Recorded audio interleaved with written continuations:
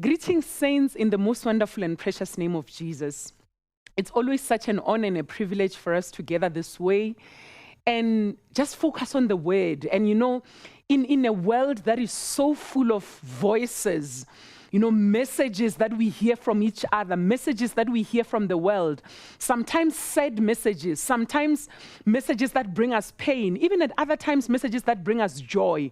But every time when we are gathered around the word of God, it is not just a message that will evoke feelings in us, but it is a message that creates. Remember what the Bible says about the word of God. The word of God is alive. It is powerful. It is sharper than a double-edged sword. So when we gather around the word of God, it's not just that we are sharing messages with each other.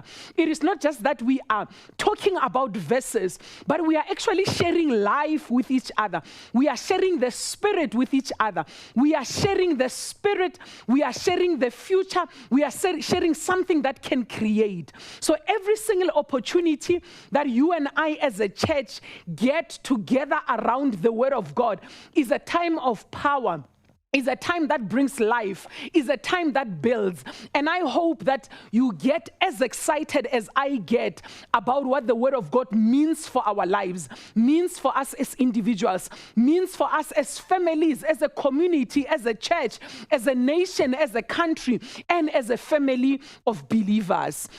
Today we are getting started with our new series, and I call it the Hope Series, because my hope and my desire is that the more we talk to each other about hope, the more we can change the narrative that we are sharing with each other, the stories that we are sharing with each other, so that you and I are not going to focus more on lockdown, on COVID, on who died, on who got sick, on our symptoms, on the vaccine, on who lost their job, on whose business is not doing well.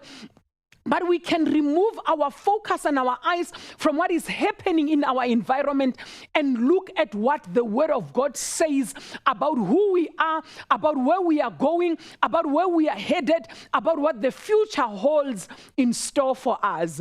So we're going to be taking a journey, and in this journey, we are going to be accompanied by a number of characters that come from the Bible. And as we are talking, you will hear about these characters. And as you hear about these characters, this will also encourage you on your own journey, where you are feeling tired, where you feel like things are not working out, where you feel like, no man, I've been at this place for too long. You will be encouraged to see that you are not the first one to encounter the journey the way that you are encountering it. So today, as we start with our journey, we are going to be focusing on these words, and we will be saying to one another, don't be distracted by how your story begins. The way your story begins is not how your story is going to end. Just because your story is here today does not mean this is the end for you. This is just the beginning. And as we are starting on our topic today, I would like us to quickly go to Genesis chapter 37 from verse 2. And here we are going to be introduced to a young man called Joseph. Genesis 37 verse 2, it says, "This is the account of Jacob and his family." And when the Bible tells us about the account of Jacob and his family, it immediately tells us about Joseph. When Joseph was 17 years old, he often tended his father's flocks. He worked for his half-brothers, the sons of his father's wives, Bilhah and Zilpah. But Joseph reported to his father some of the bad things his brothers were doing. So I want you to think about this portion of scripture as if you don't know the story of Joseph, as if you don't know how the story of Joseph is going to unfold and how it is ultimately going to end. And here when you meet Joseph, you are meeting a young man who is 17 years old. You are meeting a young man who is tending his father's flocks. The Bible doesn't tell us that Joseph had his own flocks.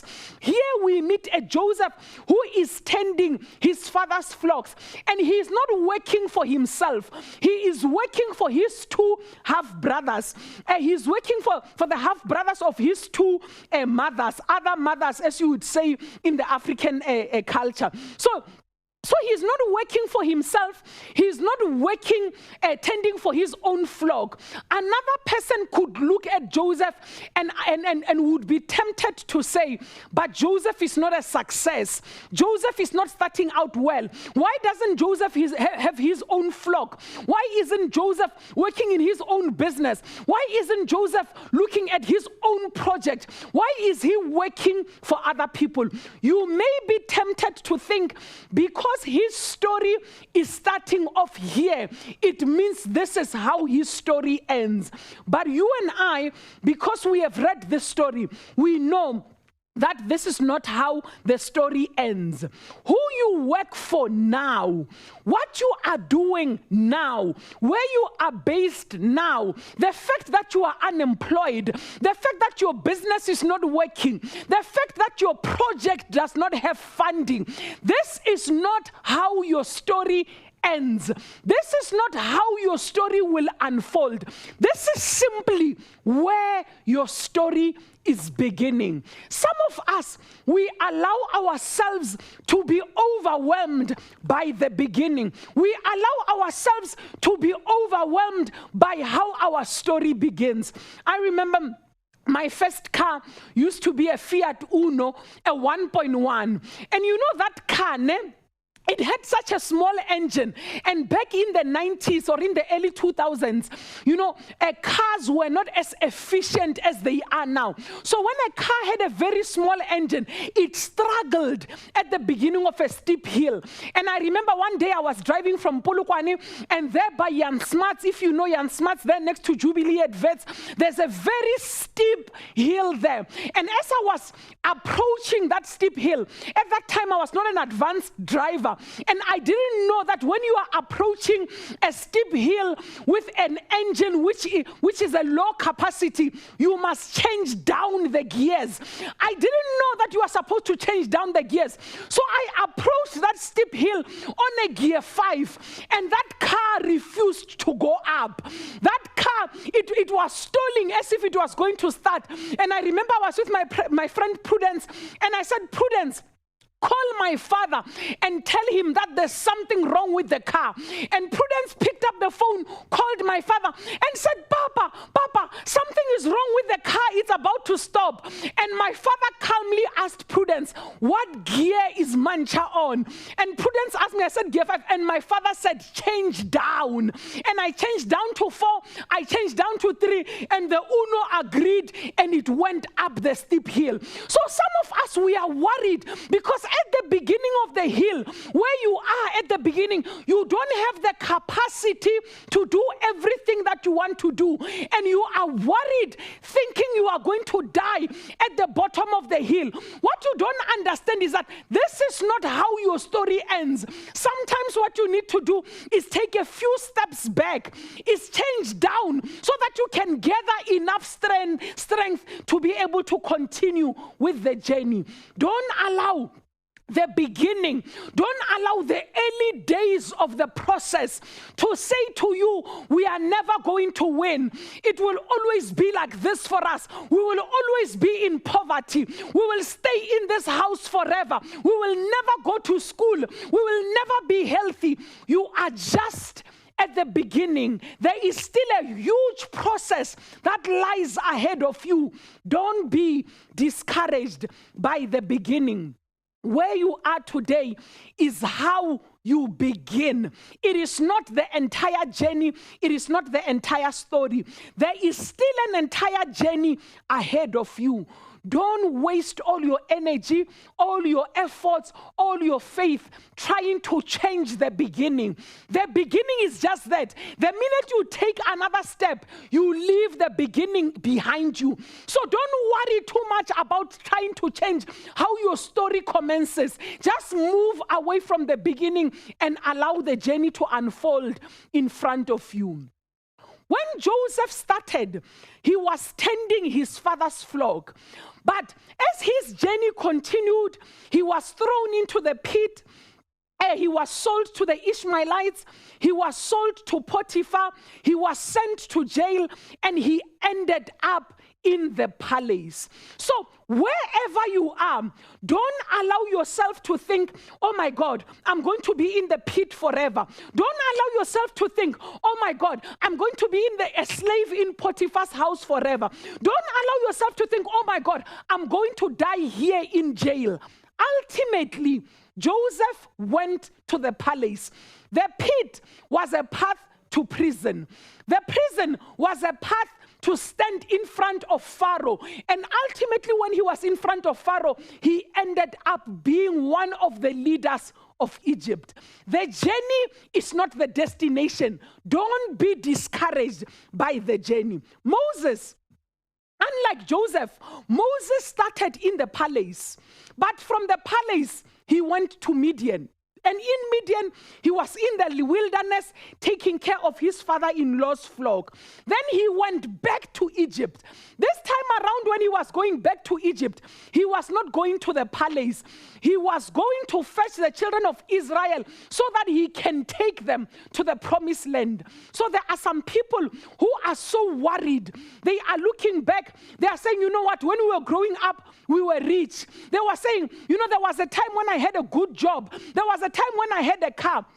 They are like Moses, who started out in the palace, but now they are in the wilderness. Now they are so fixed on how good things were in the past that they are failing to see that the journey that is unfolding in front of them is just as important, is just as powerful, is just as God ordained. Don't be one of those people that is so fixated on where you come from that you fail to see where you are today. You keep on telling us, you don't know how good I was. You don't know how famous I was. You don't know how important I was. It doesn't matter. What matters is where you are today and the journey that lies ahead of you. David started out in the wilderness tending his father's flock. There, he killed the bear, he killed the lion. Ultimately, he killed Goliath. And the reason why he killed Goliath was because his father had sent him to go and check on his brothers. Then Saul saw him there. He ended up playing the harp for the king. And then he spent the rest of his life running from King Saul. And ultimately, he ended up sitting on the throne that God had set aside and that God had anointed him for from the beginning. If you look at these three men that we are talking about today, Joseph knew from the age of 17 that he was called to lead.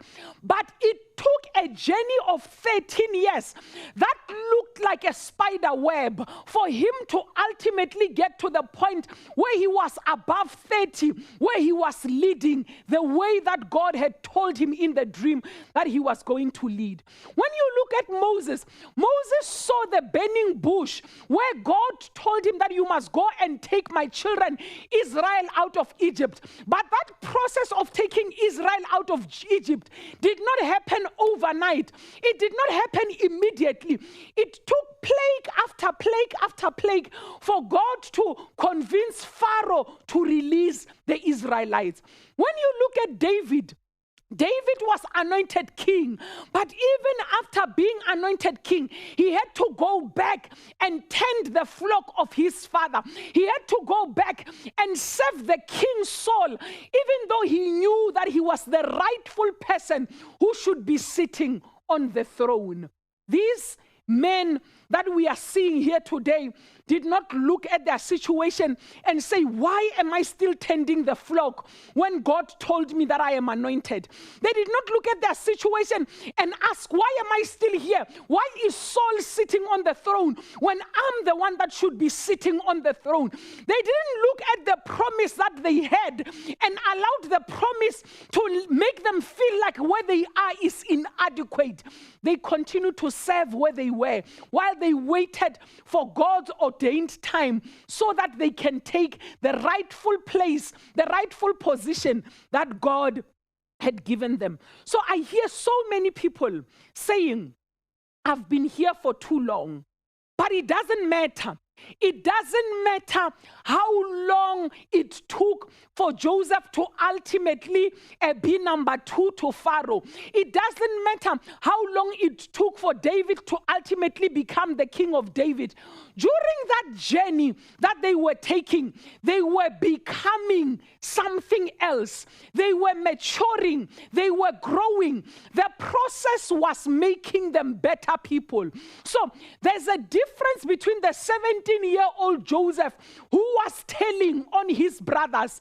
There's a difference between that Joseph and the Joseph who had been through the pit, the Joseph who had served in Potiphar's house, the Joseph who had served in the prison, the Joseph who ultimately said as number 2 to Pharaoh. That 17-year-old boy and the 30-year-old Joseph were different because the process from the dream to the palace matured Joseph.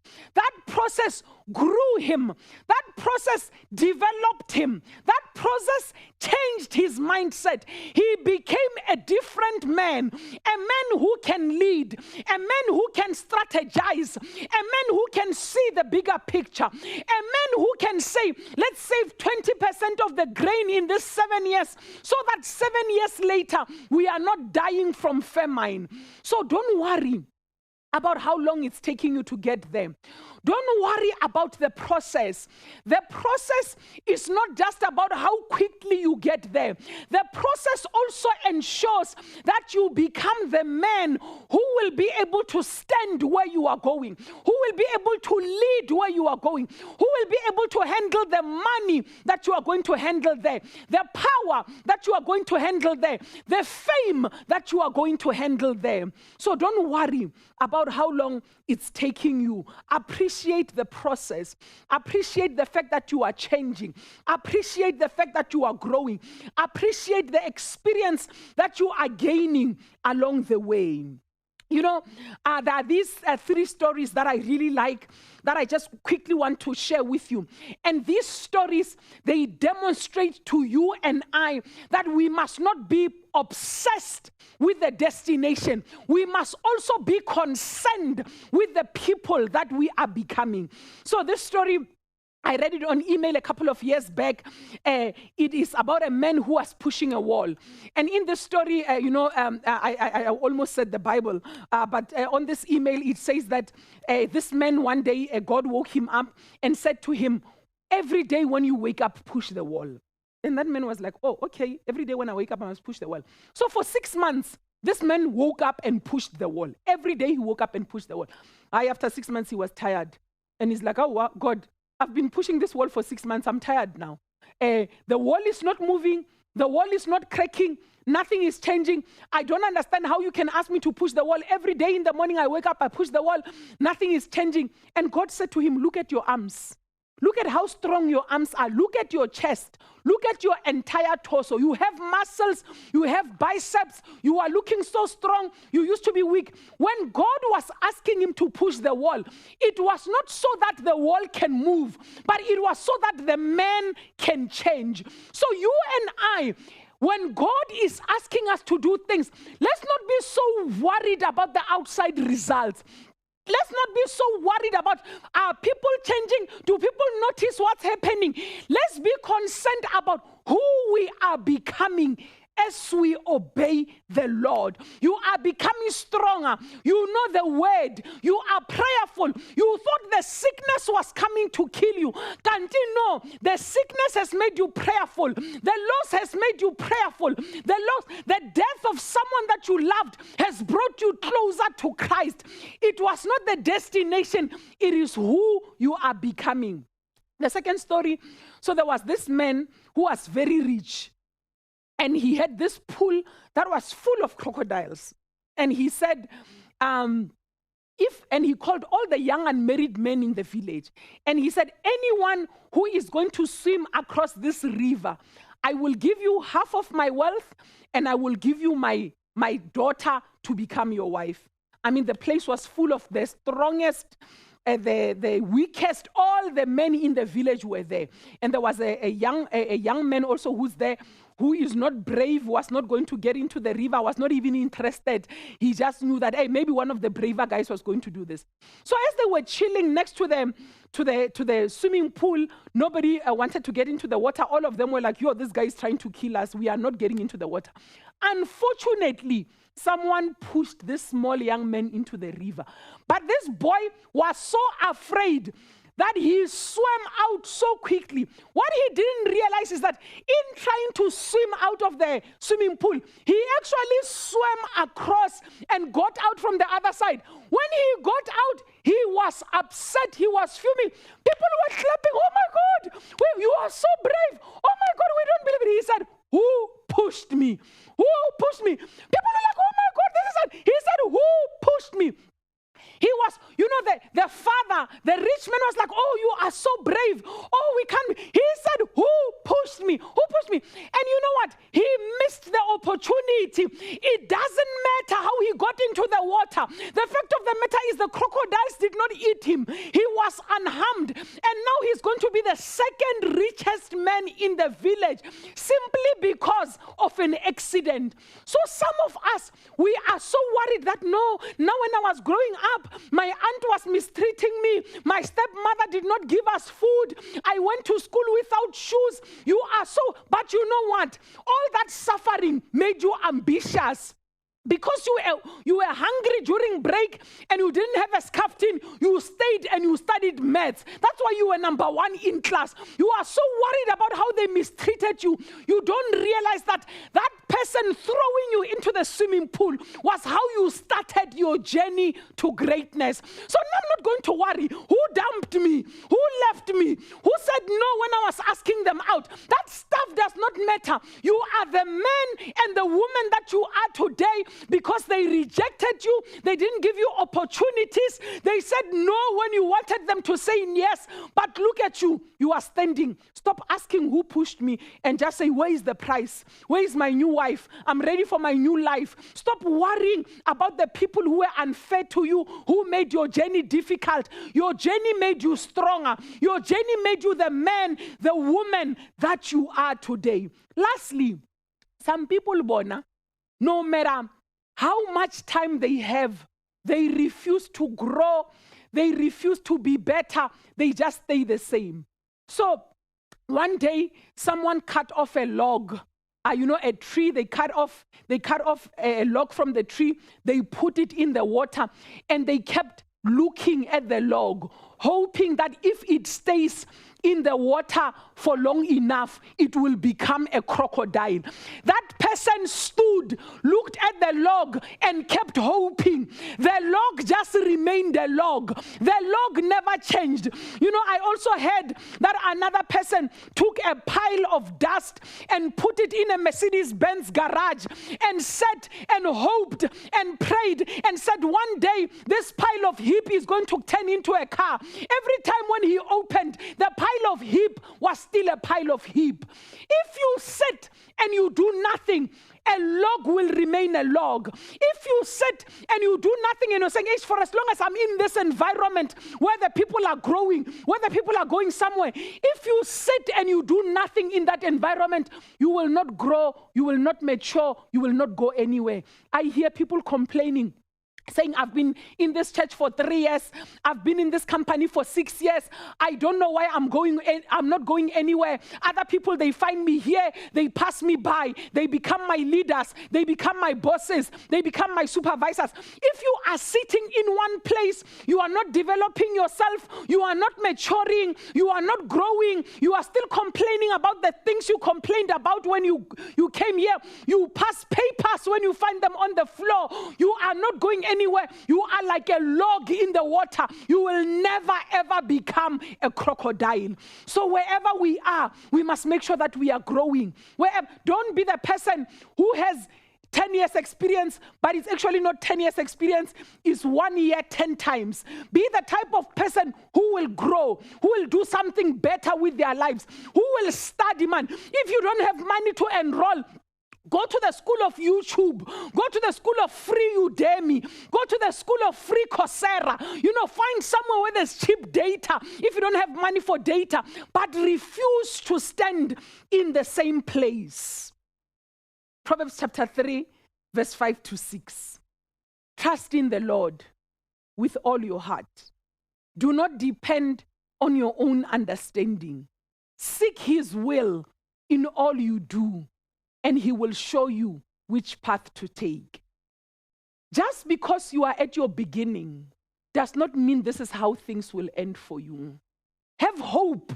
Don't give up and say, my life will always be this way. Things will change for you. Things will turn around for you. But if you are negative and pessimistic and you feel like God does not love you, you won't even see the doors that God opens for you.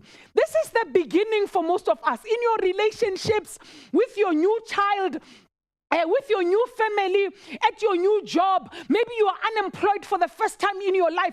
This is a new beginning for you. This is where it starts. This is where it commences. This is not how the story ends. Allow the story to unfold. Allow the journey to unfold, and allow God to direct your path. This is not where we give up. This is not where we die. The journey ahead is brighter than where we are beginning. Heavenly Father, thank you that this is how we start.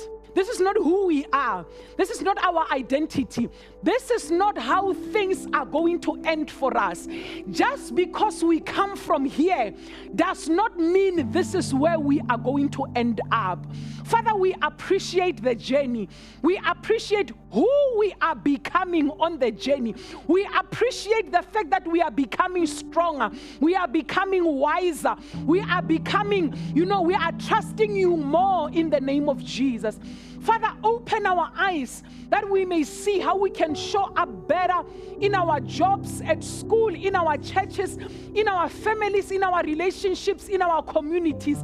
Wherever you have placed us, may we show up better. May we show up stronger. May we show up wiser. In the name that is above all names, the name of Jesus. Thank you, Lord. Thank you so much for joining us. I hope you enjoyed this introduction to our series. We're still going to continue. And this week, may your talk, may your conversations, may your messaging be filled with hope, hope, hope. In Jesus' name, amen.